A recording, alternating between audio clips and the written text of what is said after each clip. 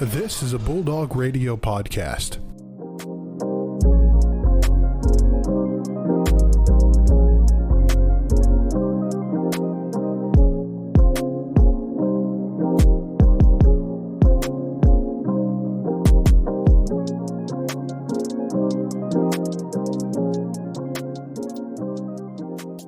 January 11th. Welcome back, everybody. The most valuable sports podcast. Brandon Worth, Joe Nagy, Travis Hicks here to recap the craziness of the last week and really the winning team of last night's national championship game. But we'll get into there in just a bit. But fellas, how we doing, man? We're back on campus. We're all together. It's good to see everybody back together in studio.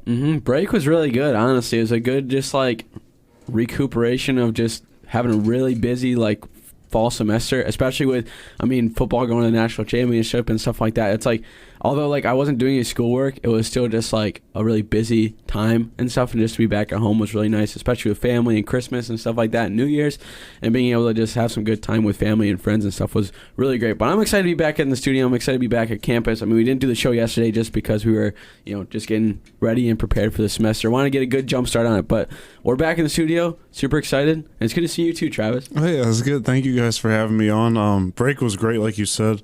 Having us win the first ever national championship for football was really cool to see, and working athletics with you guys was amazing. Doing the show, I can't believe it's my last semester, but I'm excited to finish strong and work more with you guys. It's going to be fun.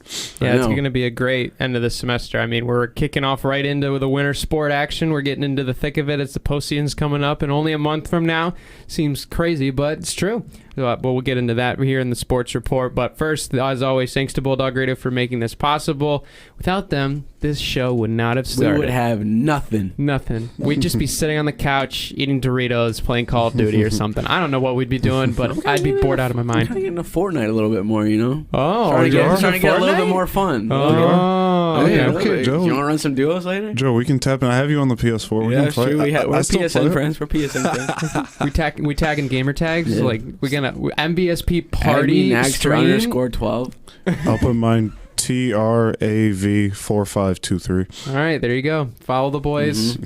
Party Hit us up, I guess. Friend request, and we'll play some games. I don't know. There you go. You got me hyped, Joe, when you said Fortnite. Anyway, we'll dive right in here. We'll go all the way back here. We'll start on the men's side. We'll probably not get into the stuff from previous year. We covered that on the last show. Obviously, you can check that out in the feed below. Minnesota Duluth. For a rescheduled game, this was a great game. This was fantastic. Just the fact that they'd come down and be able to play was really a fun thing to see with this team. Playing such a competitive game, not necessarily it was high scoring, of course, but both teams, you could just tell there was the tension of this is a top 25 matchup, and boy, it sure did deliver.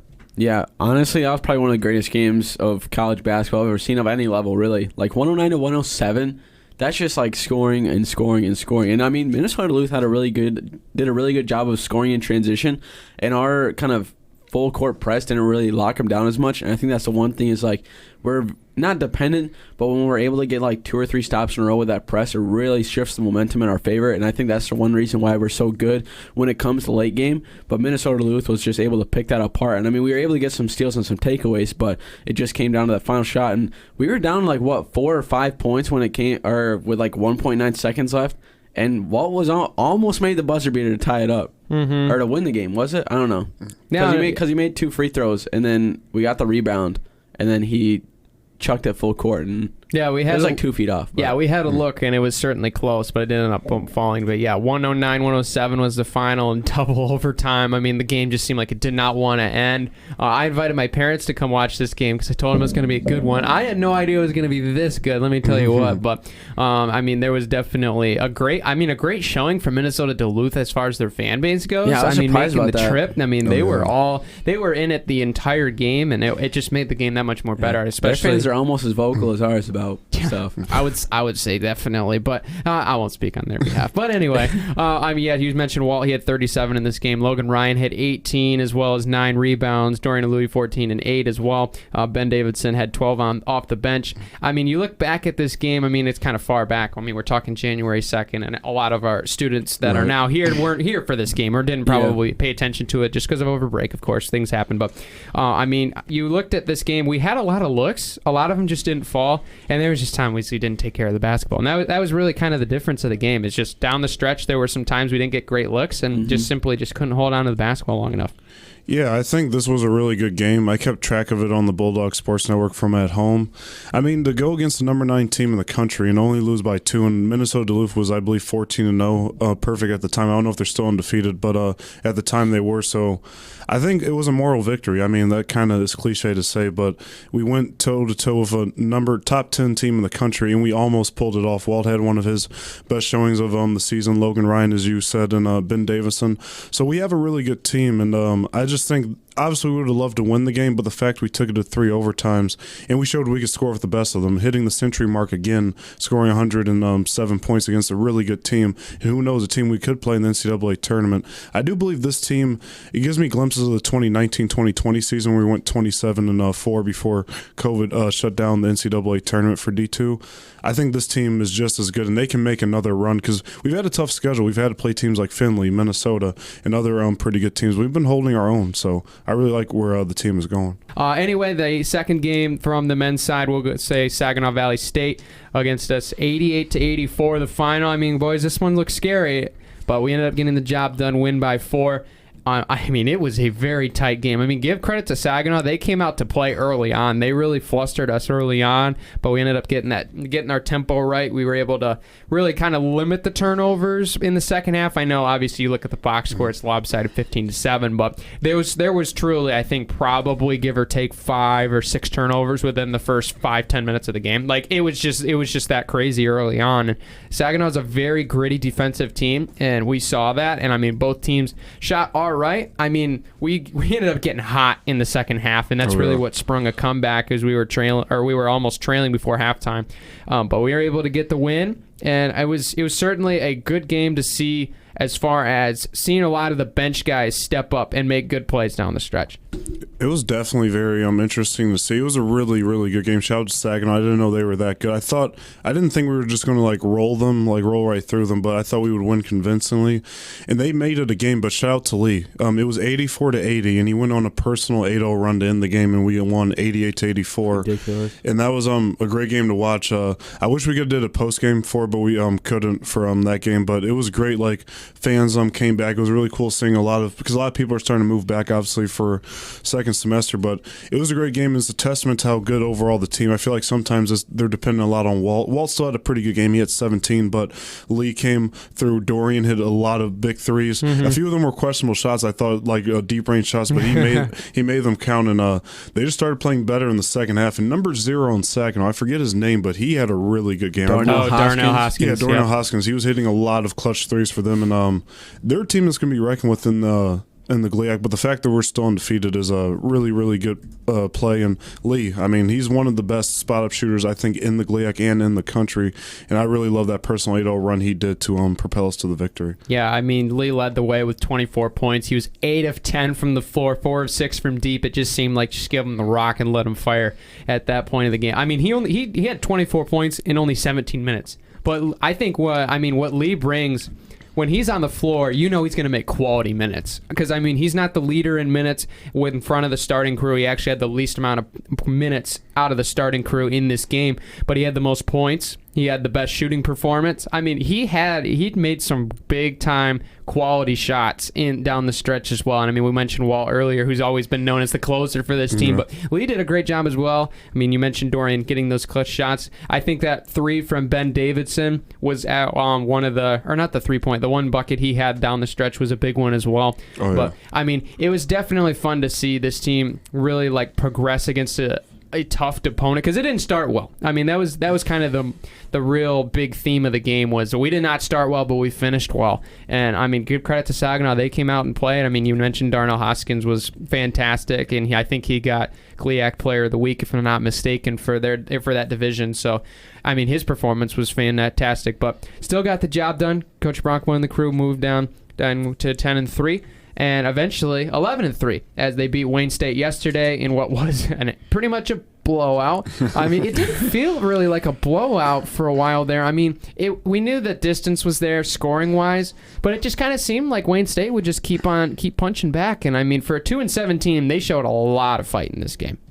Yeah, for sure. I wasn't able to make it at all, but like just looking at what they were able to do, I think it was just kind of they were able to stay in for a little bit longer than I thought they were going to, especially with just kind of how our defense was able to kind of pick them up. I mean, 104-73, it's still like a hefty margin of victory, but like you said, for a 2-7 team to be able to kind of hang in there for a good amount of the game is pretty impressive. But I mean, our boys just did what they needed to do and what we have been doing, and that's just kind of take over the game when it needs to be done. And I mean, it's a good rollout win for Grand Valley coming up later this week. Yeah, I mean, the fact they scored 51% of the 3-point shots they took, I think, tells the tale just by itself. They were 15 of 29, and it just seemed like everything was falling in that game. It was incredible to see. I mean, I was a part of the game staff that was able to watch the game up close, and it just seemed like there was no real, like, we had some plays where, like, we just didn't hold on to the basketball, and it was just kind of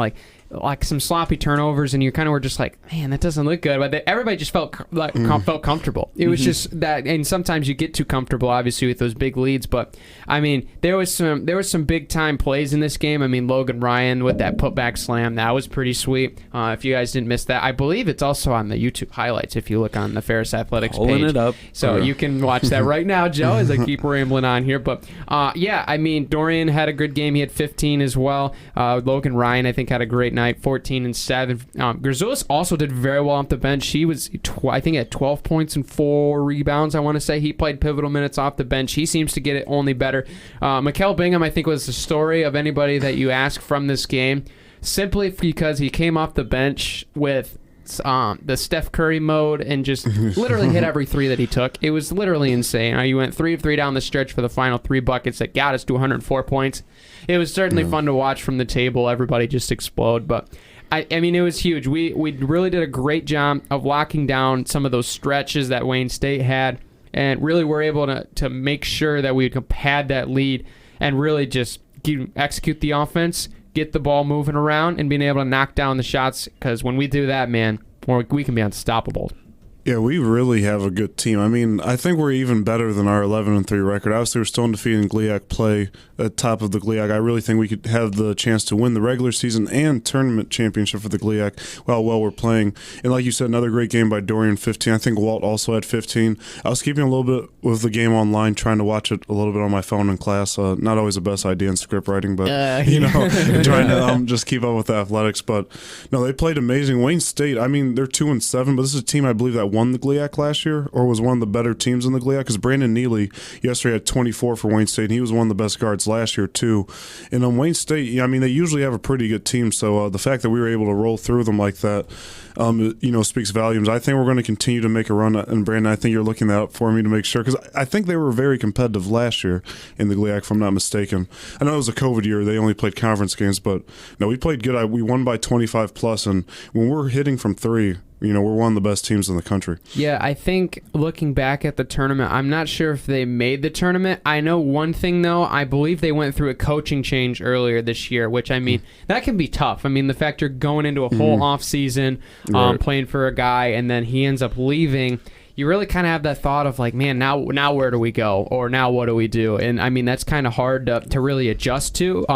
But I mean, they did a pretty good job as far as just being able to really be gritty, stay tough, and really give us all they could handle really in the biggest parts of the game early on. Because this game was, I think, like some people are like, oh, yeah, it was like a 31-point victory. It was dominant start to finish. It really wasn't. I mean, it was 25-25 in the first quarter. I mean, they were really they were packing punches. We'd throw a left hook. They'd throw a right uppercut. It was really just a boxing match early on. But, I mean, we ended up getting that stretch run of just being able to light it up from deep, and that's really what propelled us the rest of the way. But, I mean, it's going to be fun. I mean, we got Grand Valley and Davenport coming up, as we mentioned earlier, but those are going to be good games. Both those teams have been doing well this year.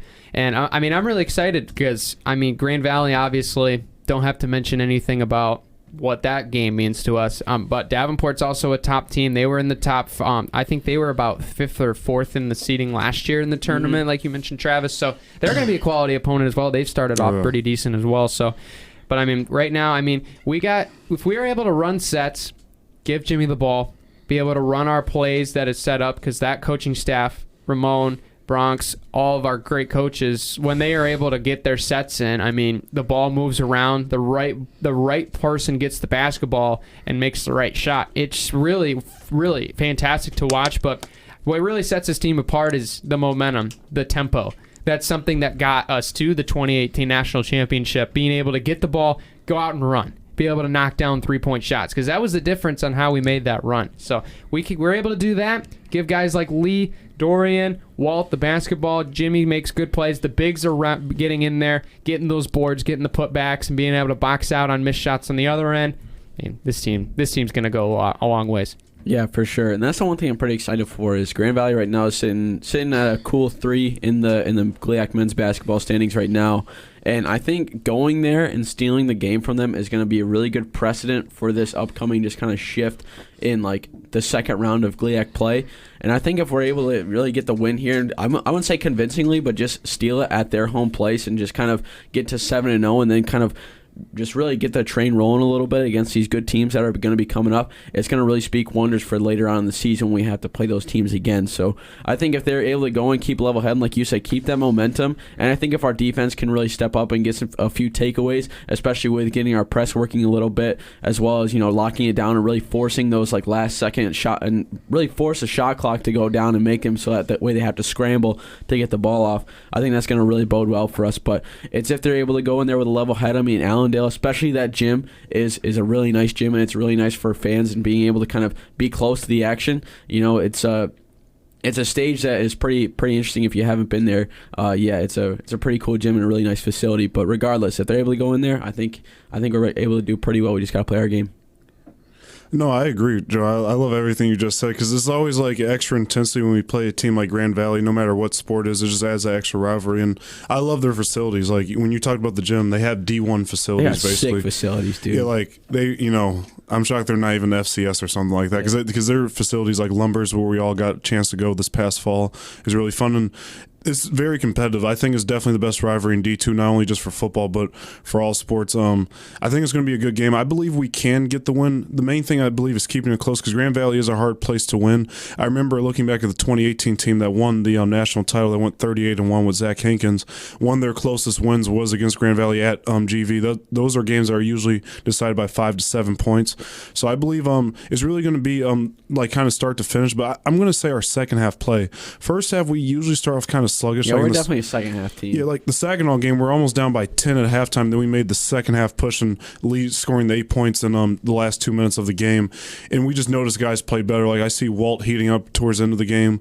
Ben Davison starting to get more in. Logan Ryan, he's starting to get a lot more putbacks, and those like give different energy for like the team. So I think definitely.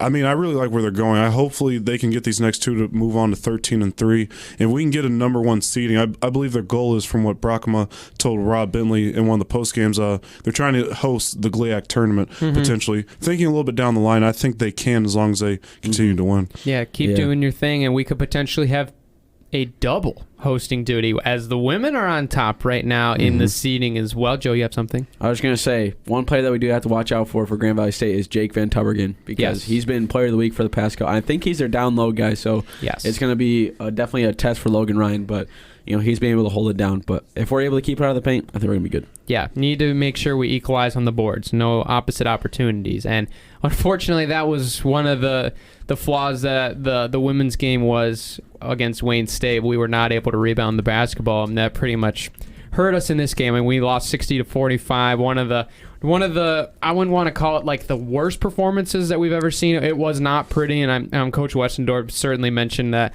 it was not our best basketball whatsoever. And I mean, they just killed us on the boards. It was 50-29 in the final column. I believe Sam Cherney herself, who plays the 5 that we were talking about on the preview show last week, Joe, that had, I believe, 21 rebounds by herself. Oh my gosh! So in the game, that was Gosh, 21 rebounds by herself.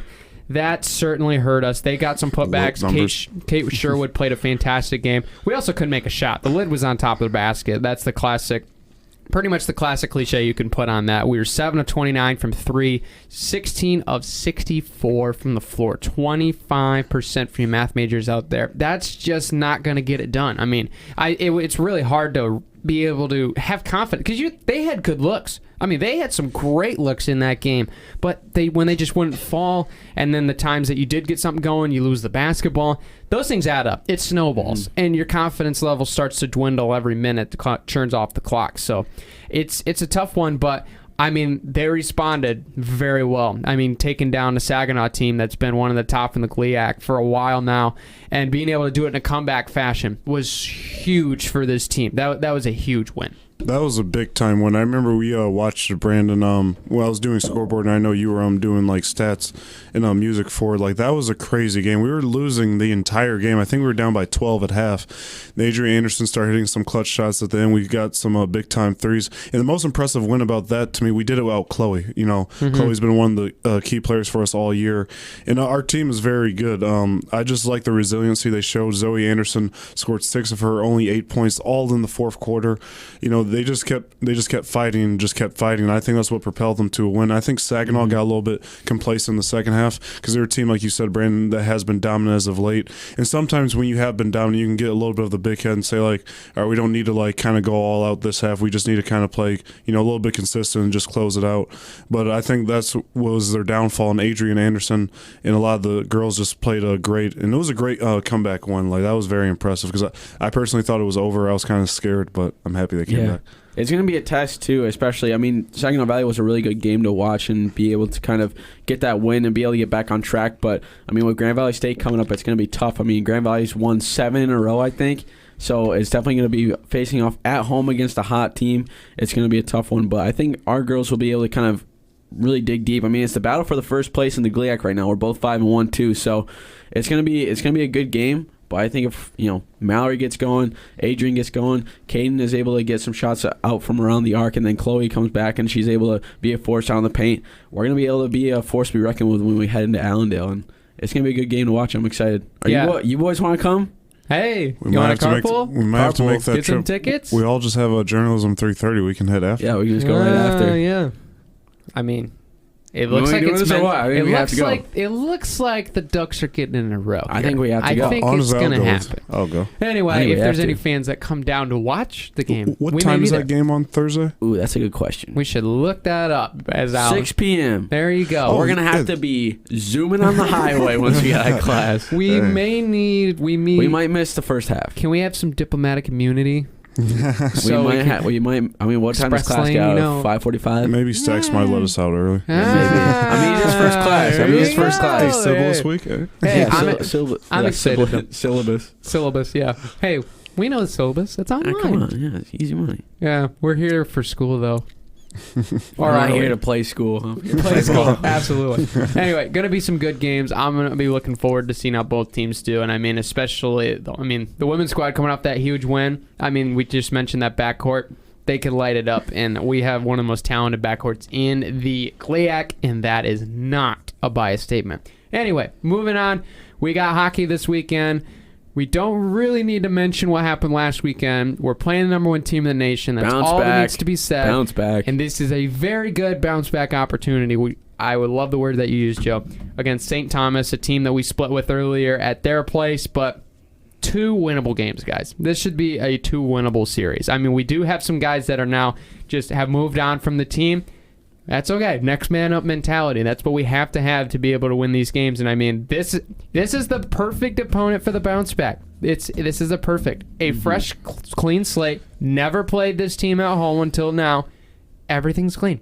Let's start over. Let's get back on track. Get in the facilities. Let's get it on. Let's get 2 wins this weekend. And this is St. Thomas' inaugural season, I'm pretty sure. Yeah, their in first Division season, 1, yeah. So I think we got to take full advantage of that. I believe we're 6-16. I was looking online the other day, but I wanted them to win for Bob Daniels. Like, I love Coach Daniels. He's just such a nice guy. And I know. I hate having the post game interviews. He's just like, he's never in a bad mood, but you can tell he's just not happy with the way that they played. I'm saying, I want Bobby to get a win, man. You know what I'm saying? You feel me, Joe? Like, I think they can. Like, I know we just lost to Minnesota State, but we did beat them. They are the number 1 team. I think that's one, cool win on our resume. But with 6 wins, I think we have an opportunity to turn it around. We get the sweep to go 8-16. I mean, that can give us some momentum moving forward. But I just think the biggest thing for this team is just finishing. Like, finish. There's been so many games we've blown the lead. Michigan State up 3-0. We lose 4-3. Northern Michigan, we're winning most of the game, we lose. Western Michigan, we're up 3-1, we lose 4-3. It's just a lot of these games. We really could have at least 12 or 13 wins, honestly. About 4 or 5 more wins right now. So I believe if they finish, Logan Stein, if he can keep doing what he's doing, I think we should be able to beat this team both days convincingly. Yeah, and we've said this before, especially with like how important to get these 2 wins are, because like you can definitely tell that like athletics are trying to pack the stands for these 2 games. Like there's been sales for student tickets. Like it's been said how like it's supposed to be like pretty packed already. I know a lot of people are planning on going and stuff like that, but like we've already seen this when we played Michigan State and then we lost with a packed house. Yeah. And it's like for a program who is desperately in need of like support from at least the student body, because our student section has been dwindling the past few years. To be quite honest, it sucks to see, since a couple years ago we were regarded as the number 1 student section in the country, and then to see how it's just barely getting filled. People are not into it. Most people are sitting most of the time. Like, yeah, when we score, everybody's happy, but like during the game, there's like no energy really. So I think with these 2 games, it's a huge statement piece to go in, get a big win. That's the goal. Like a 6-1, 7-1, just beat the brakes off of these guys type win. Because this team, especially when we played them last time, we should have beat them before we went to overtime, and we shouldn't have lost them the second time. And now that they come in now, it's a brand new team to D1. We should be able to set the precedent, set the tone early, and just make a statement with this game, especially with Bemidji State coming up. It's not going to be the easiest schedule for us. I mean, yeah, we beat Bowling Green by a good amount, but then the next game, then we lost. So I think these 2 games make it so that way when we come to home, we can have that much more advantage. Because right now, with the way that the fans are and the way that the atmosphere is, especially in Ewingleben, it's not really a home ice advantage. It's like, yeah, you're home and you don't have to go anywhere, but it's like other than that.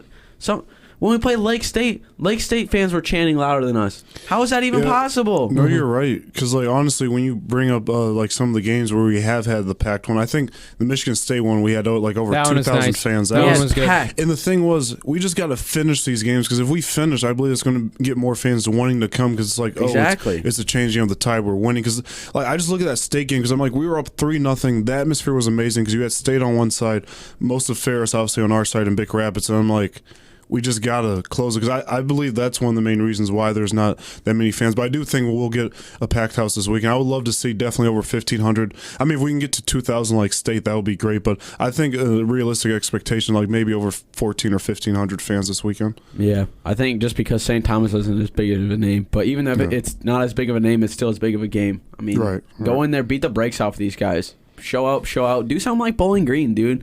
If we're able to put up a 6 spot and while holding them to like 2 or 3 goals, especially at home, that place is going to be electric. It's going to be rocking. And especially if we get 1,500 people there, I know that there's once they see that we have some talent and we have the ability to win the game, that's when we start going. And I think if we're able to carry that over and show these fans and the students and stuff and be able to get the student section rocking, that's when it's going to be a big thing. Especially pregame and stuff like that. It's going to be tougher. Like, if you look back, what we were able to do for pregame with our student section was intimidating. It was one of the most intimidating things, because when they were circled around, you had people up on the glass screaming at them. You had our whole student section. Right. I mean, maybe not the nicest things that they were saying, of course, but it's like being able to, or being a opposing player going into a atmosphere like that is not always the easiest, because you know it's going to be everybody except a couple of people are against you, and that's the one thing. It's like we got to pick it up, we got to show out, and we got to win big this weekend. Yeah. I think the biggest thing with as far as the lack of attendance. And I did look up the number for Michigan State. It was 2,490. 2,490. The last home game we had against Lake Superior was 1,640. That's almost a whole grand difference. I mean, and I'm not a math major, so rounding doesn't count. Yeah. But you know what I'm saying. It's a huge difference. Yeah, we're paid to talk for a living. That's what we're doing here. But the fact is, a lot of the fans, and I completely understand, don't follow hockey as much. Is it compared to football? No, it's different. It's a D1 sport. I know that. But when you're looking necessarily at hockey, like, it's just frankly, from around here, the fan base, like they know Ferris State hockey, they know Big Rapids hockey, they know hockey, but it's not like in Minnesota, where everybody's like, yeah, we know how great quality of hockey is played. Yeah. You know what I'm saying? Like, when our fans are more, not necessarily saying our fans aren't educated. I'm just saying with the necessary tools to like see, yeah, this is some great hockey these guys are playing. Because frankly, a lot of our fans just say, oh, they're 6-16, like they're not good. Why we go watch? They look at the record rather than the actual and they don't gameplay. see that, and that's the biggest part is. We've played in some fantastic games. I mean, all these games have been close that we've lost. But they're just like we lost. And why would we keep watching a team lose? That's frankly what it is. I got to agree with both of you because it's not like we're getting. Well, I mean, last week in Minnesota State, number one team in the country, 14-1 over 2 games. Yeah, so like that just happens sometimes. But we did beat them. But like, I got to agree with Joe too because it's really, I believe fans are showing because of the name. Like Michigan State, you made a point, 2,400 fans because it's Michigan State. Like if we play Michigan at home, I believe it's going to be the same thing. Or Lake Superior State, you said 1,600. Like it's more of like the names of the other teams why they're coming. But the reason why they should come is to your point, Brandon. We're making it competitive. At least every home game I've got a chance to report, it's been close. Like I haven't really seen us get blown out. Besides the second time Minnesota State after we beat them the first time. Every other game has been close. Like and these are against good teams against Western Michigan, Bowling Green. I mean we've beaten Minnesota State like I said before. We should have beat Michigan State. These are like against some of the best teams in this conference. So I just think like if we start like finishing, the more people will come. But like you said, Brandon, they should come anyway because we're making a competitive game and it's a good product because you're getting your money's worth. Because when you come to a game, you want to see a good game. If it's a blowout, you want to see it in Ferris's favor. So I mean, fans, please come out this weekend. I know it's cold outside, but come on. Please, it's probably, man. In the ice arena, it's probably colder or warmer than it is outside, to be honest. That is very true. Facts. That is incentive. Talk heavy. Hey, you want more incentive? Last time we played on our home ice, we got that W. Yes, sir. Let's get 2 more and let's bring the dog pound back. That's really all we want because trust me, I know we've all been there when it's been bumping. It's like no other. It's like ridiculous. No other. Let's start off 2022, right? Come on. Let's do it right now. Come on. Let's go. Come on, do it. We need it. But anyway, those games will be, I believe, 6 o'clock and 7 o'clock? 7:07 on Friday and then 6:07 on Saturday. Thank you, Joe. But Don't know why they start on the 7 mark, but on the 7-minute mark. But hey, you know what? It's TV, man. Can't argue TV. But no big deal. Anyway, there is a flash sale going on, I believe, for student tickets. So check out Ferris Athletic. Is it really? $2. Come on, y'all. I know everybody got 2 singles. Come on, man. I know we get in for free, but I'd be taking that deal. We might be broke college students, but just use that change that's in the center console of your car and just quick you pull just it need out. 8 quarters, man. Hey, can we use Bulldog bucks? No, I'm just kidding. That would be a good idea. Hey, always thinking, we have an idea. As Dr. A would say, skating to where the puck is going to be. All you need is 20 dimes. That's all you need. Man. 20 dimes. Okay. 40 nickels is all you need. Pull out that reference right now, but anyway, 40 nickels is all that you need to get it to go to the game. Dude, 40 nickels. 200 pennies. Yeah, that's all you need. Dude, I have that in a change jar at home probably. 2 crisp $1 like bills. 10 years. That's all you need. That's not even, to see some good hockey too. $2? You kidding me? Yes. That's a steal. Highway robbery. You won't get that anywhere else. Yeah, $2 D1 hockey tickets. You ain't gonna get that anywhere else. You think people at Michigan are paying $2 to go watch some hockey? No chance. At Yost? No chance. No way. No chance. Absolutely not. They're probably paying like $10 a game or something like that. Yeah, something like that. That's a trip to Qdoba. That really is. Okay, if you haven't got the president, buy the tickets and come watch. It's gonna be fun. And we should win this games. Come on, boys. Should. Sharpen the skates. Let's play some good hockey, man. Knock All on right. wood. Anyway, before we end the Ferris State Sports Report, track is in action. Hey, yo, coming up this weekend. The season's back. Going to be in Allendale for the Bob Eubanks Open. Pretty excited about that. I personally won't be racing, but I know my boys and my teammates will be there as well. I mean, we got some great potential coming up this year. I know we got some sprinters coming in. Ray Lee's done a great job already. And we're just one meet, his first meet.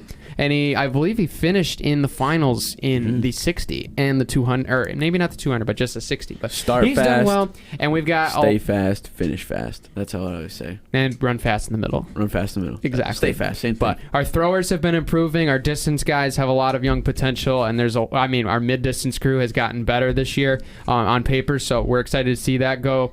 Our program is going up. I mean, on the women and men's side, we have a lot of good potential this year. This could be a bounce back year. I'm so excited. But that will be coming up in Allendale. I think all the ticket information is on Grand Valley's website if you want to check out how to get in. I know it's kind of a hassle because I think it's because Grand Valley's got some of the new policies for the got a nice place, attendance stuff. Yeah. Nice place, though. Yeah, it is. It's a very nice facility. I'm really excited to probably go there and watch it. It'll be a fun They're a event. little brother. Yeah. They're like they're richer little brother who shows up to family reunions, plays story, will beat him and everything. Maybe not track, though. Track, they're pretty good. Yeah. Track, they're very good. But we're also pretty good, too. Yeah, and for all I'm sure. going to say is keep putting us down on the rankings. Yeah, keep down. Keep punching down. us. You saw what happened in cross country. Keep doing it. It's just down. more Why don't motivation. you? Yeah, talk, Brandon. Keep I like talking it. that talk. Talk it up, Brandon. Hey, we're talking that talk. Wait, you put us at what? 9th coming in this year? Come on, son. The Finish disrespect. almost finished top blasphemy. 5. That's 9. That's 10. No, Yeah, that's right. That's right. Talk it up, Brandon. Talk it up. Hey, I'm just firing my team up. Let's Yeah, go. let's baby. go. That's going to be the Ferris State Sports Report. All the information on ferrisstatebulldogs.com. When we come back, how did Georgia win the national championship? And is Jim Harbaugh leaving Michigan? Stay tuned. Are you looking for a place to make an impact? Eagle Village could be the place for you. With over 53 years of experience making a difference in the lives of youth, there are many opportunities to serve today. Make sure you visit eaglevillage.org to find out where your journey may begin. Eagle Village, where potential soars. And we return from our quick little mid-show break. But boys, national championship last night, really. I was going to say last weekend, but Monday is not the weekend. But Georgia Bulldogs able to take down the Crimson Tide of Alabama 33-18. I think it's the first time in sports history where both national championships of D1 and D2 are the Bulldogs. Go Hey. Dogs, Ferris State, and Georgia. But regardless, what a game that was. I mean, Stetson Bennett led the Georgia Bulldogs basically for that 33-18 victory. Brandon, I know you have some thoughts on the game, especially with the Georgia defense and proving how good they are. But I mean, if you want to take a stab at it, let the people know how good they are. Then talk your stuff. Let me sit you down. Let me educate you first. No, I'm just kidding. I'm not sure. Anyway, yes, I am. Skip. Stop. Skip. No, I'm just kidding. This was the biggest thing I wanted to mention to people, that I was rooting for Georgia to win. And I know that I really didn't say that because we didn't have a preview show for this, obviously, because of last week. A lot of things were going on with Ferris State, so we covered that. Anyway, with the national, I was rooting for Georgia. People know that were necessarily close to me and that were asking me about the game. I was rooting for Georgia, and the reason why is because I wanted everybody to see how good this defense really was. Because there was a lot of speculation. Oh, yeah, I mean, they crumbled against a good team in Alabama, but, Michigan's trash, and they're just garbage anyway, so their defense isn't good. That is not the case. From what I saw on tape from week 1 and on, that defense was elite, and I wanted people to know that, and they certainly saw that in this game. I mean, the fact was Bryce Young, he played very well. I mean, he was 35-57. He had 369 yards at 1 touchdown, 2 interceptions. When Alabama got into the red zone, instead of Georgia potentially folding like they did the last matchup in the SEC championship, they went after them. And they even blitzed them in the red zone. And they stuffed them. I mean, I think it was, 4 red zone trips? Only 1 touchdown? Yes. Yep. Yeah. That's good. That shows how good their defense was. And I mean, the pick 6 to steal it by Ringo was amazing. It was fantastic to see. I really, really liked what I saw from Georgia. I mean, of course, Stetson Bennett, the mailman, delivers once again with his dominant performance. I mean, the fact of it was I don't know, I think it was somewhere around in the second half where they had that controversial, could have been a fumble recovered near the sideline and forward pant, After that moment, He showed no fear. He's like, yeah, I'm going to go for it. And throws that dime into the end zone for that go-ahead touchdown. I mean, just the guts it takes on that. He's like, you almost just potentially lost the momentum of the game to potentially lose the entirety of the game. And then he comes back and just delivers. I mean, he was great. The running attack has been dominant. I mean, Cook and White have been really fun to watch this season. I mean, they put a pretty good performance against Michigan. I will give them that. But, I mean, the defense, I think the front seven played some of the best football I've seen in a national title game. I mean, they held Brian Robinson only 68 yards rushing on 22 carries. Just 3 yards a carry. That is significantly lower than he had in the semifinal against Cincinnati. I mean, they just played great. And also, Stetson Bennett, please just let the man go to bed. They're interviewing him all morning. The poor guy's been probably partying all night. He has no idea what's going on besides that he's national champions. Why are they having him on national television? I know. On Good Morning America But at like 7 in the morning. But he's probably hung over like nobody's man business. is going to needs his sleep, man. It's like, let him, he just won the national championship. Let the guy party a little bit. Give him 24 hours. No. Yeah, especially for this. Good for Kirby Smart, though. Yeah. Finally. I will say this about Kirby Smart. He is world class. Like, there's a lot of coaches, like, they'll say, like, oh, yeah, props to, like, their defense and stuff like that, but not a lot of coaches are able, like, name the players of the other team and, like, praise them specifically. I forget which players it was, but he was, like, saying that he called out, like, 3 guys on Alabama's defense. He was like, those guys were giving us problems all year and stuff like that. And then not only that, but then when Bryce Young went down, he went over, helped him up when he was down near the Georgia sideline. So not a lot of people notice that, but that's something that you got to give Kirby Smart a lot of credit for. Is he's not only a world-class coach, but he's a world-class guy. He's a great guy, and I'm happy for him. Even though I was rooting for Alabama, I just love Nick Saban because he's a former Michigan State coach, and he has 7 national championships, 6 with Alabama. But Kirby Smart, they're well deserving of it. And one thing I want to say, I do agree with you, Brandon. Michigan's not trash, but as a State fan, not trying to make any Michigan fans mad by any means, the committee did get it right by setting up the SEC championship in the national title was the ultimate smart decision. I'm sorry, but it's just if Michigan or Cincinnati would have played Bama or Georgia to me, it just wouldn't have been like what it was last night, even though I know Georgia won by 15. I just still think, even though I'm still technically a Big Ten guy, I got to give it credit where it's due. SEC does run college football, winning back-to-back national titles. Now, obviously, Bama beating Ohio State last year and Georgia winning this year. But, I mean, it was just the 2 best teams in the country going at it, and Georgia got their revenge. It is very hard to beat a team twice. I thought Nick Saban, I mean, to me, he's like a Tom Brady, so it's just hard to bet against him. But I got to give Georgia credit. They have the best defense in the country, shutting down basically the Heisman winner, Bryce Young, who I love. But it was a great game. Shout out to Georgia, first national title since 1980. Yeah, since Herschel Walker. That's crazy. Yeah, that's been a hot minute. Well over 40. Wow, that's a long time. Yeah. Good for Georgia. The argument that you just made, I can totally like see. My point of view is I'm not like mad that we saw Georgia Alabama to national title game.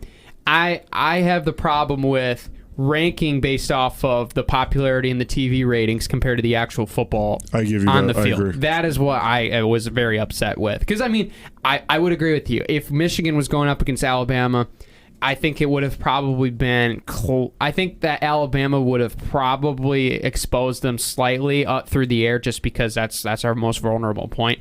But, I mean, Brian Robinson probably would have got his due. He would have got maybe 70 to 100 yards. But, I mean, through the air is where I would definitely have some concern. Because we have great playmaking secondary, but we give up some yards sometimes. And I think that would have been in trouble. But, I mean, Georgia did they were fantastic. I mean, the fact that that defense just showed up with a revenge from that SEC championship game just made this game even better. And it was certainly fun just to watch that game. I had to have a couple of bowls of cereal just to stay awake to watch that whole game. Also, they should move the game up for crying out loud. I can't stay up till midnight. Prime time, dude. Come on, man. I can't stay up that late. I know, yeah. I can't stay up that late. On a school night? On a school night. Come on, man. Yeah. I mean, it was still fantastic, though. Shout out to the Bulldogs as reign supreme mascots of college football. What is it? Uga and Brutus. Uga and Brutus. They should hang out sometime. Dude, they should link. You know? That's what I think Ferris should do, is actually have a real bulldog that we bring around too. A real bulldog? Like have like the guy in the mascot costume. Walking the actual bulldog. Now like, that's intimidating right there. Well, you can't have, because Georgia's bulldog is like white, right? That's Uga. Like it's always a white bulldog. Yeah, I think Because like that's what something their like that. mascot is. But ours would have to be like the light brown and like black. Oh, you're saying to match? Yeah. Wait, are you talking? No, because like our Okay, bulldog not would like have dark. to be like light That'd be brown, like like that. Rufus. I mean, we're not gonna find a yellow bulldog, but like just light brown. You know what I'm saying? Yeah, I like to Let me point out. look- I let me like look at a to picture. point out that we're pointing at things in the studio right now that nobody can see, but just a classic audio medium. No, Let me look. Show you this real quick. Okay, I think I understand where your drift is, but I'd love to get confirmation. Something like this. Hold up. Something like this. Like, look at that. That's Brutus right there. Okay, I can That's see that. I mean, no white on his face. He's I got can like see half that. white on his face. Do we but have to just post that now on How would social we get media? like a real this, bulldog? This is Brutus. Oh my goodness. Bing Images never disappoints. Now tell me Look at the what. Google images. No chance. No chance. I'm That's using hilarious. Bing. What? Bing is superior. Anyway, I'm surprised no one said anything. Anyway, kudos to Georgia. Round of applause. sir. Well done, Georgia. You are national Congratulations. champions. The Bulldog is the supreme mascot. That's all we've learned. And defense actually does win championships. championships. So there you go. Facts. Anyway, moving over now to the NFL. Lots of craziness going Yes, on. sir. Playoff pictures set. I'm so excited, fellas. Wild card weekend is upon us this weekend. And, of course, Black Monday is now past in the coaching trees, and we now have openings for some NFL franchises. We'll start the playoff picture here. So, we have in these seedings. Well, I mean, I'm not going to lie, guys. Some of these are going to be some pretty good games on paper. I'm so excited. Not saying that it's going to end up being good games, but, I mean, just on paper, I mean, the fact is we're going to have the Cardinals play the Rams again. We're going to have the Bengals play the Raiders to start it all off. That one, it's going to be fun. The Patriots going to play the Bills, the Bucks and the Eagles, the Steelers, Chiefs, 49ers, Cowboys. I'm really excited about that one. And, of course, as mentioned, the Cardinals and Rams. I mean, I guess we'll start AFC side. Patriots and Bills to start off. I mean, you look necessarily at how these two teams played. I mean, the Patriots coming off a little bit of a loss to, the formerly led Brian Flores Dolphins. We'll talk about that in a minute. Yeah, they messed up. Anyway, they still had that loss, but it's Bill Belichick. Is there any reason to be concerned?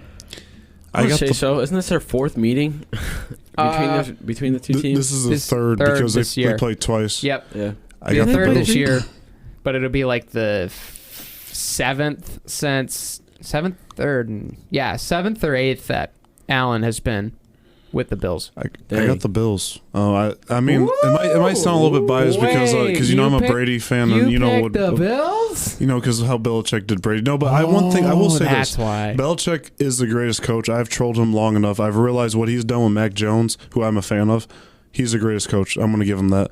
But I think the Bills are going to win. They're riding high momentum. And to be honest, for me, I think it's going to be the Bills or Titans winning the AFC this year. I don't think Mahomes or the Chiefs are going to do it. So I got the Bills over Patriots. I think it's going to be a good game. I'm going to say 21-14 because New England still has one of the best defenses in the league. I don't know, I like the Patriots, honestly. I think when playoffs come to town, Mac Jones, I mean, we saw it when he is in college. Of course, it's a little bit different with the NFL, but I mean, with his mindset and what he's been able to adopt the Patriot way, and especially his relationship with Belichick growing and stuff like that, I think once it comes to playoffs, like, you can't bet against Belichick, let alone now you have Mac Jones, who's basically the next Tom Brady in my eyes for what he has been able to kind of adopt with that Patriot mindset and stuff like that. I think it's a Patriots game to lose. I think it's going to be close, maybe by a touchdown or maybe even less than that.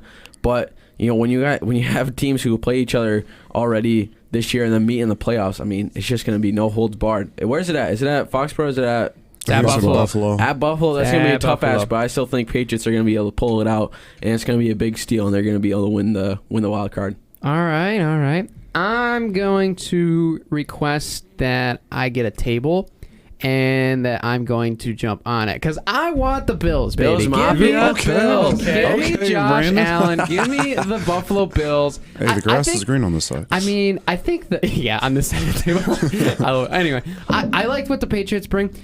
The only thing is the big playabilities. That's what the playoffs are all about. And I just don't trust, Jacoby Myers, Kendrick Bourne. Not saying they're bad players, but compared to, Stephon Diggs and, Cole Beasley or whoever you can insert there. As long as they can efficiently run the football, and if Devin Singletary is running like he has been the last couple of weeks, this could be a dominant game for the Bills. I mean, it very well could happen. I think it's definitely going to be close though.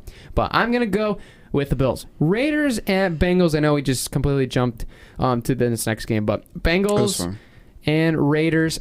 I'm going to go ahead and just solely pick the Bengals just out of pure want. Shiesty. I almost said Shiesty, but Shiesty, dude. He's nasty. No way that the Raiders are winning this one, dude. I think, is it unanimous? Is it a unanimous decision? I gotta agree with both of you. I love Joe Burrow. Joe Burrow is Joe, he has a great first name. Franchise quarterback of the Bengals. Joe, he has a great first name. He does. And plus, he beat Patrick Mahomes. I watched this game over break with my dad when they played the Chiefs. And obviously Justin Jefferson. I'm forgetting the wide receiver on the Bengals who had 3 touchdowns that game. You're talking about Jamar Chase? Jamar Chase, thank you. I was like, wait, I know they were former teammates at LSU that won the national title, but no, Joe Burrow, that game, 4 touchdowns, no turnovers against the Chiefs. He outdueled Patrick Mahomes. I love Joe Burrow. I think he's amazing. That's who I wanted the Lions to draft, but I think they're going to win this. I think he's going to get his first playoff win this weekend. Mm-hmm. All right. I think when you look back at like the Raiders barely beating, or like it was really close game against the Chargers, I think the Bengals are better than the Chargers. And I think if you toss that up there, I don't think the Raiders are going to be able to do too much, especially in Cincinnati against Joseph Lee Burrow. No chance. I love the fact that you're completely on the Joe Burrow train. Just makes the show even he's better. Good. Now, that's somebody who I would give a Tom Brady comparison to. And you guys know how big I love Brady. I love Joe Burrow. I think he's going to be very special. All right. ACL completely healthy. He's no chance. He's back. Anyway, last AFC game. Steelers and Chiefs. Any reason Pittsburgh can advance? I mean, after the Chiefs and Steelers actually played a few weeks ago, and that was an embarrassing performance by the Steelers. But I love Big Ben. He's had an amazing career. I thought I watched that Monday night game at Heinz Field. I thought that was going to be his last game, but I'm happy he was able to get in the playoff shout to the Jaguars. Nobody saw that coming. But I got to go Mahomes. I mean, it's Patrick Mahomes at home. They're starting to get their mojo back. Tyreek Hill, Nicole Hartman, Travis Kelce, great first name. They just have a great team. Clyde Edwards-Helaire's back, so I think it's going to be Big Ben's last game. All right, yeah. I don't know, dude. Steelers against the Chiefs in the playoffs. Whoa! They won the last time. They won the last time they were in the playoffs. Of course, it was probably, Ben Roethlisberger was a couple years younger, and Mahomes wasn't there. But I don't know. I still think it's going to be close. It's going to be at Kansas City, so there's going to be that. But I probably got to hop on the train with you. I think we got to say goodbye to Big Ben. I think this is going to be his last game. I just don't think that they're going to be able to top the Chiefs. I mean, they had a little bit slow start of the year, but they were able to pick it up. I mean, 12-5 still is nothing. That's just crazy record for how, especially for how Mahomes started off the year with how many interceptions he threw. He really picked it up, but I just don't think Big Ben's just going to be able to sit back in the pocket. I mean, Buddy just gets the ball, turns sideways, and then he throws the ball. Like, he has no movement anymore. Yeah. So I think if they're able to get really any pressure on the pocket, it's going to be game over for them. And Steelers going to say goodbye to your franchise quarterback and welcome to Mason Rudolph area, baby, because after this game, that's going to be it. What do you mean? Oh, sorry, Dwayne Haskins is their backup. No, they're trading for Aaron Rodgers. If they get Aaron Rodgers, that would be insane because I love that game over. That's game over. Has been open. I mean, kudos to Big Ben. Great career. I mean, the win at incredible win. The final win at Heinz Field, being able to even sneak in the playoffs. I think that's the icing on the cake. Oh, yeah. I mean, I just don't. Win. I definitely. He wasn't gonna pull it. He wasn't ever gonna pull a Peyton Manning. Where he was gonna win. Especially, I don't know. He'd need a different team. He'd need that legit elite defense that we saw last year, and then some other playmakers. Like Le'Veon Bell and Antonio Brown. But that's beside the point. But I think Chiefs will win this game. I think they will move on. Switch to the NFC side. We'll start. Travis. Why are the Bucs going to beat the Eagles? I'm happy you asked me that. Thomas Edward Patrick Brady. No, not the full name. All right, I'm going Eagles. I'm done. I'm going Eagles. No, the greatest. Nick Sirianni forever. But I'm not going to go on a full spill, but no, the greatest quarterback of all time, who should be MVP, he led the league in passing yards at age 44. I'm going to put that out there. 45 touchdowns this year? 45 touchdowns, Joe. Unbelievable. What Brady does. Beating his age, dude. Only someone like Brady and myself can do that. No, I'm just kidding. But no, wow. I think football in high school? No, I'm just playing. No, what position do you play? I'm a 2-time fantasy winning guy, so I was Okay, just going to gonna make a play here. All right, Not talking to a athlete. 5-time Not guy. athlete. All right, Okay. come All on right, now. No, but to get back on topic, no, I think they're going to win. Obviously with the AB turmoil, a lot of people are saying the chemistry thing, but Brady is going to do what he has. I mean, he still has Mike Evans. You still got Rob Gronkowski, obviously Le'Veon Bell. I think Leonard Fournette's going to be back. Cameron Brate, O.J. Howard, all these guys. I think Brady's going to win his 8th Super Bowl ring this year, and I believe they're going to beat the Eagles. I think it's actually going to be a close game. I'm going to say around 28-21. I love what I see from Jalen Hurts and Devontae Smith. I think they're only going to win by a touchdown, and I think they're going to win, though, but it's going to be a good game, and, I mean, what's better than this? The GOAT at 44 still going. Tom Beating Brady's going to Father play Time. till he's 50. Like, I'm calling it out right now. Unless there's a freak injury, which isn't going to happen because Buddy's recovery is just ridiculous. But I don't know. Especially with the way, I mean, I don't know. I can't get behind the Eagles. You know, they've just been a little bit too spotty. Tampa Bay's just been consistent all year. 13-4. Are you kidding me? I got to go Tampa Bay. Tom's going to lead it, especially in Tampa.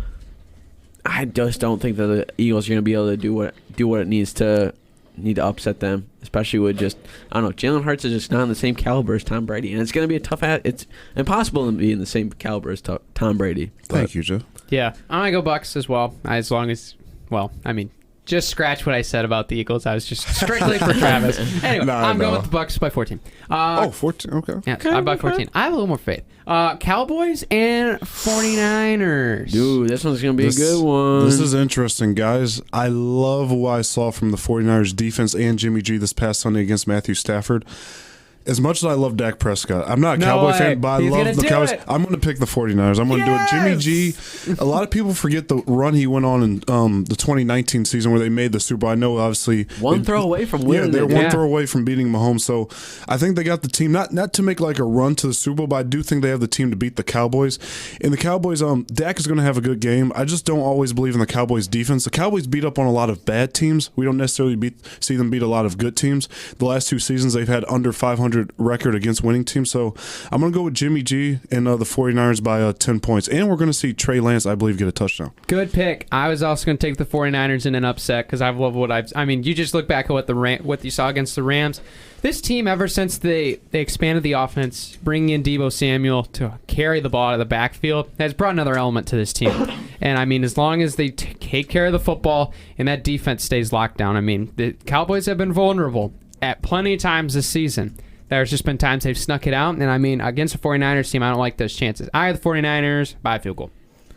You know what they say, three's companies, fellas. I'm hopping on the 49ers train, That's what I'm talking about. Let's go. I mean, Let's go. with your point that you made, they're less than 500 against winning teams. I think that should speak for itself, especially when you get to the wild card round. You got to play your best. And they've been a little spotty, too, against good teams. And when it's the playoffs, it's the best against the best. And I think the 49ers are going to be able to play it out. Jimmy Garoppolo, I'm not going to say I've always liked him, but like I've always thought he was a good quarterback because he's been able to do some good stuff. The year after they went to the Super Bowl, they had a little bit of a falling out just because he was still good, but they just didn't have the players around him that they needed to be successful. But I think they're going to be able to win. I don't know if they'll be able to make it past this round, but against the Cowboys, I don't think that they're going to be able to lose this one because Jimmy G has just been able to produce pretty well so far this season. I think he's going to do well against Cowboys in that less than okay defense. Speaking volumes, I like it. All right, there you go. Final game, Arizona, LA Rams. Give me Matt Stafford. Really? All day. Right. Tell us why. All day. Because Matt Stafford, dude, he's got so much to prove, and he's going to be able to come out and he's going to be able to play. Dude, excuse me. I just coughed. My bad. But I don't know. I just have a feeling Matt Stafford's going to go all the way this year. If he's able to pull us out, I'm a homer. I'm a Detroit Lions guy. He was Detroit. He embodied Detroit, and he brought that to Los Angeles. It's the Detroit grit that has brought the Rams so far this season. Their defense has been incredible. Their offense has been starting to pick it up. Cooper Kupp has just been insane. If he's able to if Stafford and Kupp connect more than a couple times over this game, Cardinals have no chance. It's going to be Rams by a touchdown. It's going to be like 20-27. Rams are going to go to the next round. Bye-bye, Arizona. Kyler's got to sit in the car seat when he comes back home because he can't see over the steering wheel. That's going to be it. LA Rams 2022 Super Bowl champions. I'm calling it. All right, Joe, I'm going to slow your roll in the Super Bowl championship. I think Brady's going to get his 8th, but I do agree Stafford's going to get his first playoff win. I'm telling you, they said the same thing last year. Brady's an anomaly. No, I'm just playing. But I think Stafford's going to get his first playoff win. But one thing I will say, this is a must-win. Stafford, I know you're not listening, but if you are, this is a must-win. You have to win this game. You've gone 12 years without a playoff win. You've had Calvin. You've had Golden Tate. Now you got Cooper Kupp. This is like a must-win for Stafford. I believe he's going to rise to the pressure because he has the guys around him, the defense, and with Kyler Murray not being there, familiar with the postseason, I think Stafford's going to do it. Stafford is a guy who's been in the playoffs 3 times. He has played 3 good teams: the Seahawks, Cowboys, and Saints. Stafford's going to get that first playoff win, and how can you not root for a guy like Stafford? To be honest, being from Detroit, so I got Stafford. Guys, you really came in here thinking. I really thought you were going to come in here taking the Cardinals, but you take the Rams too. Don't play with my emotions like that, Travis. I don't think he's going to win the chip, but I do want to see him win a playoff game. Winning the chip all day, guys. The last time, talk to your bookie. Put it on the Rams. The last time that they played at the Rams, they won. Who? Are we not forgetting that? The Cardinals. No, that's what I'm saying. If he doesn't get it done, I don't want to hear no excuses about Stafford doesn't have this around him, this and that. But go ahead, Brandon. Okay. Well, last time they played the Rams, at LA, they won. But that was back in Week 4. This football team is significantly worse, way better than it was back in Week 4. But I don't. Okay, so if the the Cardinals actually had a healthy backfield. Like Connor was 100%, Edmonds is 100%. I'd be maybe leaning more towards the Cardinals in this game because there's just absolutely no way on planet Earth they can just keep losing because it's just impossible mathematically. I mean, it is possible, but you know what I mean. But the Rams, I feel like they just haven't played up to their potential yet. Where like the Cardinals have played like decent games, they just can't finish. You know what I mean? So that's why I'm going to go with the Rams as well. I know that we've had common picks, but I just really don't trust. I just do not trust that Arizona offense. The defense has given up some plays. I get that, but I mean, if they want to run in a track meet, you got to also run fast. You can't just allow your teammate to run fast for you in a relay. You know what I'm saying? So give me the Rams by 10. Ooh. I say that with a question mark, but anyway, give me the Rams by 10. Anyway, rounding out the show. NFL coaching carousel. There are some coaching availabilities now set in the NFL, starting with the Dolphins. Why was this a trash move, Travis? This was awful. This was blasphemy. That's a 9, that's a 10, that's a... No, but seriously, Brian Flores, all trolling aside, he's done a great job. He's had back-to-back winning seasons. He took Tua, made him into a better quarterback. They almost made the playoffs. I just don't understand this firing. This was ridiculous. This man just beat Bill Belichick, and they've been having success. From 2 years ago, people were saying Alabama could beat this team. Now they're a team that almost made the playoffs. So I don't get it. I think that was an awful move. And the players even said, like, Tua and other guys on the Dolphins were like, we don't get it. Like, he played amazing. They were already looking forward to next year. So I think it's a very bad move, but I think he is a guy who's going to be hired somewhere very, very soon. And I'm going to say this. If we didn't have Dan Campbell, because I do like Dan Campbell, I would have loved the Lions to get Brian Flores because I really like him. But I hope he gets the job soon. I believe he will. Yeah, I kind of have the same point, or the same kind of views on it too, because like Dolphins, like you said, they were garbage. And then Flores was able to turn around. He was able to work with the players that he had and really build something there. And I think it's going to be interesting to see who they hire and kind of what they do going forward, because if they kept him there for the next 3 years, I think they could have been, I don't think a Super Bowl contending team by any means, but a very strong playoff contending team that could really continue to make really good seasons. But now that they fired him, I think especially the culture that he's built there and probably the relationships that he's built with those players, it's going to be tough for the next coach to come in and kind of build that back up, especially with, how he's been, like you said, how he was able to build up with Tua and stuff like that.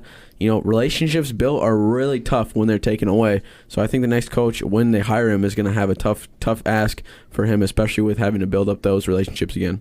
Yeah, I have problems with the fact, they say that the quote unquote the key dynamics of the locker room weren't functioning in Miami, but you were 0-8 pretty much. Literally. At the beginning of the year. You were 0-8. Of course it wasn't functioning. But I have a coach that rallies you back to a 500 record and beats Bill Belichick twice. And 2 winning seasons. after what was a dumpster fire. And then you just move on from him. And now you're expecting that that's going to be the quote-unquote President Barr moving forward? No. That was just, I can't believe that they did that. And they also haven't said who they're like, we're keeping our eyes open. We don't have a candidate in mind. Yes, you do. If you fired Brian Flores in this fashion, yes, you do. And you're just not telling us. That's the frank truth. And we all know that. But, I mean, I'd hate to say it, but I heard this on Jalen and Jacoby last night, that a good fit for Brian Flores would be in Minnesota, which I would not like because, that would make the Vikings a good football team. Yeah. It's just, it's just hard for Brian Flores, but he's going to get a job. That's 100% the truth. Yeah. I don't doubt that he's not gonna be on the old mean streets for too long. He's probably gonna get picked up pretty soon. Yeah, definitely. I would agree. But Vikings fired Mike Zimmer, and as well as the Bears finally got rid of Matt Nagy and Ryan Pace. Viking also fired their GM as well, and Rick Spielman both. So 2 NFC North teams starting from scratch, GM, head coaching combo. Seems like some other team did that very recently. Don't know which one though. But I think the Bears are looking at Jim Harbaugh. I think it's inevitable. I don't want him to leave Michigan. Even though I'm a State fan, I like what he's done at Michigan. You get your first win against Ohio State since 2011, first Big Ten championship since 2004, first outright Big Ten championship since 2003. Why leave? And you just made the college playoff. But I understand money is a root of all evil, as a lot of people say. So money talks. If they're offering him a certain bag, hey, I get it. I mean, might as well. I mean, and that's the thing, too, is, it would really suck for him to leave because I think he's finally starting to, because before, when at Michigan, it was, the talk of, man, he hasn't won any big games. He hasn't won any big rivalry games and stuff like that. But now I think it's actually starting to turn around. This is kind of going to be the new age of Michigan football. But like you said, if he really wants to chase that bag and go to Chicago, hey, Chicago's a nice city. Out on the water of Lake Michigan. You can have a nice high-rise apartment if you want. Soldier Field is pretty nice, a little windy, I might say. But regardless, if he wants to go and chase that bag, then he's going to do it. But I hope he does it. I know a lot of Michigan fans probably don't want him to go. But, I think just with all the signs pointing to it, it's probably inevitable at this point. Yeah, I think it's tough because, you finally get over the hump, and then the guy that takes you there leaves. I think that's definitely what all the fans are going through. But, I mean, take in mind that Jim Harbaugh was also a guy that left a really good Stanford program and then went over to San Francisco in almost a similar fashion. So I think we have to think of this as an option. I personally am very still on the fence if he actually wants to leave. But, I mean, I think that when you're the Bears, I think they want to bring Vic Fangio back. I think that's almost a fact now that he's gone from Denver. But now you kind of have the pieces put together of now you just need an offensive-minded guy that can get you the points. Because that's what they were missing. The defense was good. Offense was awful. And you know that was with Justin Fields in his first season. I get that. But you need an offensive-minded guy. And Jim Harbaugh is that. So it makes sense on paper. But, I mean, if you're a Michigan fan, it's going to hurt. It's going to sting a little bit if this does happen. But I'm not saying it's going to happen. But prepare for some craziness because we've already seen craziness. He already confirmed it too. He said he is listening. He told recruits that I am listening to offers. So I hope he stays from Michigan's standpoint because I do like seeing Michigan be good. But he is a guy who's had success in the NFL. I will give him that. He did make a Super Bowl with the 49ers and almost won. So Jim got to do what's best for you. But I understand. But don't leave, man. I can't take it. Don't leave. But yes. Anyway, Vikings jobs going to be open. Bears jobs are open. Dolphins jobs are open, as well as the ones that are already open in Jacksonville, Denver, and maybe the Raiders, unless they stick with Versace. I don't know. Be interesting. But Matt Rule, Joe Judge still have a job. Interesting. But it's going to be an interesting offseason in the coaching carousel. We'll obviously cover that as the offseason goes on. But thank you guys so much for tuning in to another wonderful episode. Travis, thanks for joining us as always. Joe, any last words? Thanks for tuning in. If you're a college student, hopefully you're doing well on your first week of school, back at it. If you're a high school student, hopefully you're doing well at your with the new semester going around too. But anyways, guys, thank you so much for listening, and take care, everybody.